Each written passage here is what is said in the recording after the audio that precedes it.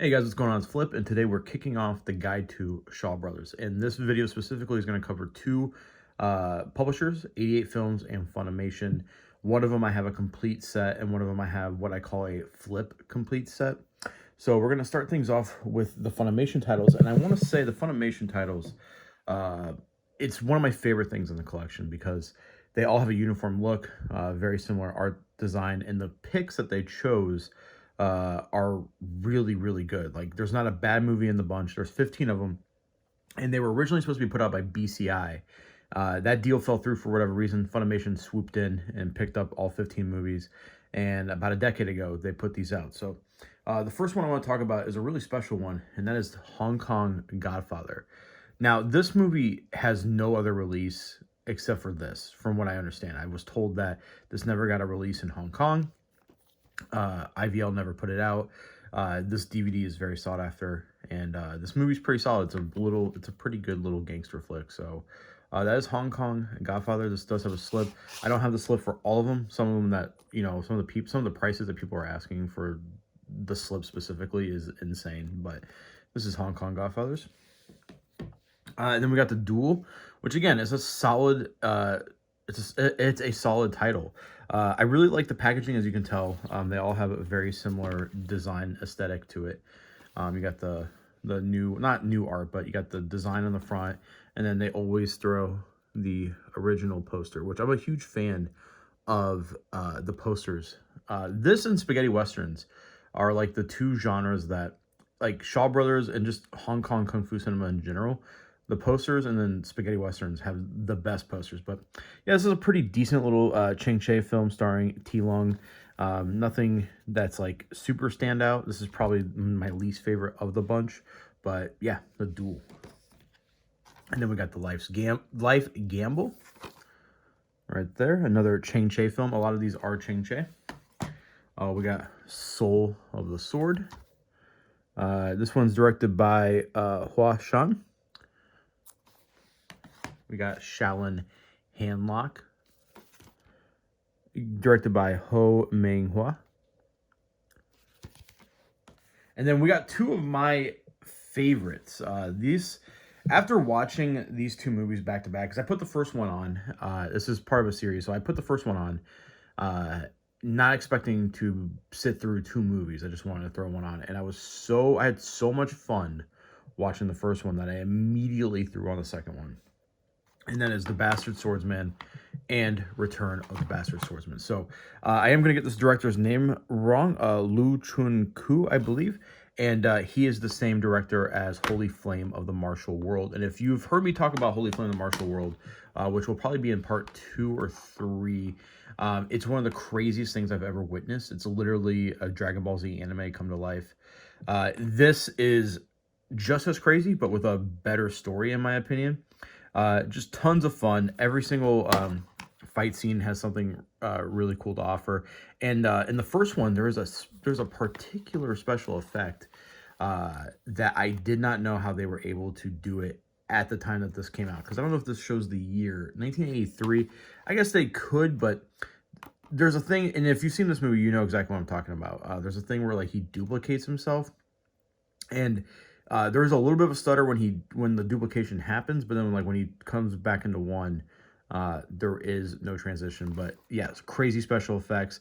The end of the second one is bonkers. So if you want to get any of these, I would highly suggest picking up these two because they're my favorite of the bunch. Then we got Invincible Shaolin. This was actually the first one I got in this set. Directed by Cheng Che once again. Shaolin Rescuers. Cheng Che again. Cheng Che directed, I think, 93 movies, and I would say probably 99% of them were with Shaw Brothers. We got Shaolin Prince, directed by Tang Chi. The Sword of Swords. I actually just watched this recently and had a really good time with it. Directed by Chang Kang. The 14 Amazons.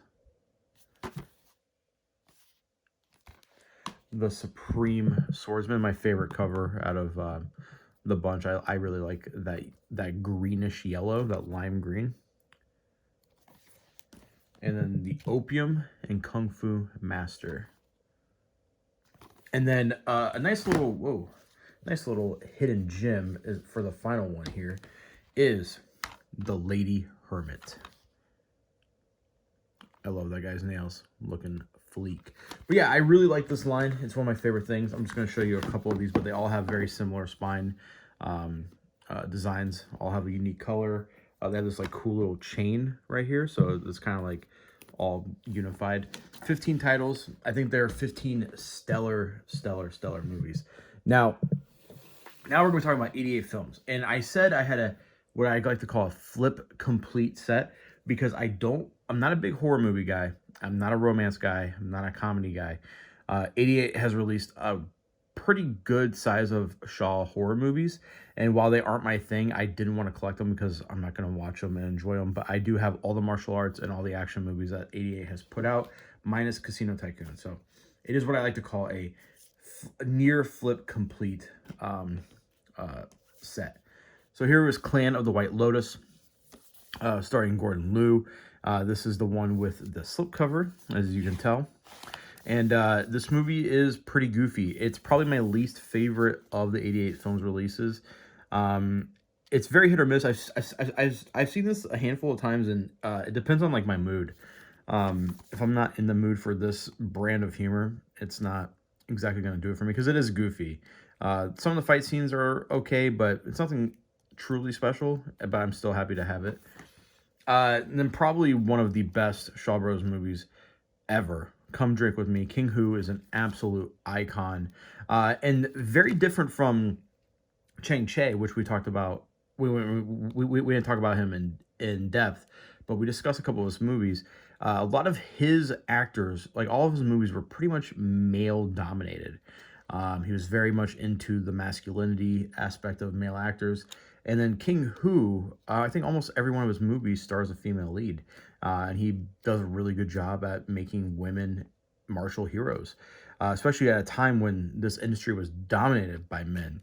And this is one of the movies that if you are a fan of like martial arts at all, but you haven't seen this, and you go back and watch this for the first time, you're going to see a lot of the groundwork laid for what would become staples in the genre. It's kind of like watching Django for the first time, where you see a lot. Like if you're used to westerns now, and then you go back and you watch Django for the first time, the original Django, you're going to see a lot of the cliches, a lot of the tropes, and that's how this movie is. And that's not to take anything away from it, because it's still an incredible movie. And while it's my favorite of the bunch, King Hu only directed 15 movies, and this is the only one he did with Shaw Brothers. And I think his later work, like Dragon's Inn, Touch of Zen, Raining in the Mountains, I think those are much better than this movie, but it's still a really nice addition to the collection. Now, I do want to highlight, this has a matte finish, and this has a more glossier finish, as you can tell. But yeah, I really like what they were doing with putting the original poster art work on the slips. I don't have all the slips, but I really enjoyed that. Oh, we got House of Traps, which is a pretty solid Venomon movie. Not the best, but pretty damn fun. A little horror tinged. And then we got The Spiritual Boxer. Pretty solid movie as well. Then we got The Brave Archer. And this is the thing that 88 does that I do not like, is that they released the first in a series of movies. I believe there's 4 to 5 Brave Archer movies. I think it's 4. I could be wrong. It could be 5. But this one is, in my opinion, the best. It is the standout. I recently watched Brave Archer and His Mate and found it to be the worst of the bunch. But this is a really fun movie. This is based on the Heroes of the Condor book series. Like a lot of movies are based off of that because it's a very popular very popular novel series. But yeah, this is a pretty solid movie. And then we're getting into like my favorites. But before we start talking about my absolute favorites, let's talk about Masked Avengers, another Venomon movie. Really bloody, very disgusting as well. 2-disc set, one's a DVD. Back when they still did that. All right, let's talk about the 8-diagram Pole Fighter. An incredible work. This one has artwork by Kung Fu Bob. I think the original artwork is on the... Yeah, there it is. Kung Fu Bob did a pretty good job on the artwork. He's one of my favorite artists. This movie is incredible. Kind of a later movie, I believe. I think it came out in 83, 82, I think, but kind of a later of this era of Shaw Brothers films. And Gordon Liu is incredible. He wasn't supposed to be the original lead. The original lead died at a pretty young age, and Gordon Liu, they kind of changed the story to focus on Gordon Liu. Some incredible fight scenes, really use of philosophy, especially Buddhism, and one of the movies that I go back to the most. I think it's Gordon Liu's best work. Obviously, people love 36 Chambers, and that's not to take anything away from 36 Chambers of Shaolin. It's a classic, but for me, when it comes to Gordon Liu, the Eighth Diagram Pull Fighter is where it's at. And then two movies that are connected. So we got The Flying Guillotine. Actually, we got three movies that are connected. We'll talk about Dragon Missile too. Give a little bit of a history lesson here. So, The Flying Guillotine, classic film. It's my favorite weapon in martial arts cinema. And then we got this is the trilogy. So this is part of a trilogy. It's Flying Guillotine Part 2, and then Vengeful Beauty. We don't have Flying Guillotine Part 2 from '88 yet. They have teased it in their picture of upcoming releases for both US and for both Region A and Region B. But I'm glad that's coming because I had to get the DVD from Dragon Dynasty. It is a little annoying that we have the beginning and the end of a trilogy. But yeah, so when this movie came out, it was a hit. But with, actors and directing concerns, with actors and directors kind of clashing heads and feuding, this didn't get a sequel for a couple years. And in that time, Jimmy Wang Yu had actually put out Master of the Flying Guillotine. Fatal Flying Guillotine had come out. Other companies were kind of capitalizing on the popularity of this. But the director went on and directed the Dragon Missile. Very similar concept, very similar weapon. This one's more of a boomerang, but it is meant to chop off your head. This comes with a nice slipcover. And yeah, this movie I think is highly underrated when it comes to Shaw Brothers titles. I put this on and had a blast with it. You can see a lot of the same ideas that are in these two. And then Vengeful Beauty is probably the most violent of the three. It doesn't have as many decapitations, but it is pretty violent. But yeah, those are three movies, two connected, one kind of somewhat connected. And then again, a beginning of a trilogy, The One-Armed Swordsman, Jimmy Wang Yu. The first movie to make $1 million Hong Kong dollars at the box office. This launched Jimmy Wang Yu into stardom, where he eventually, at one point in his career, because of his stardom from this, told Shaw Brothers to stick it, and he went over to Golden Harvest, and he created One-Armed Boxer. He did Master of the Flying Guillotine, and he eventually did a bunch of pretty bad movies, like he went back to the One-Armed Swordsman gimmick. He did One-Armed Swordsmen, which was multiple of them, and then One-Armed Swordsman versus the Nine Killers.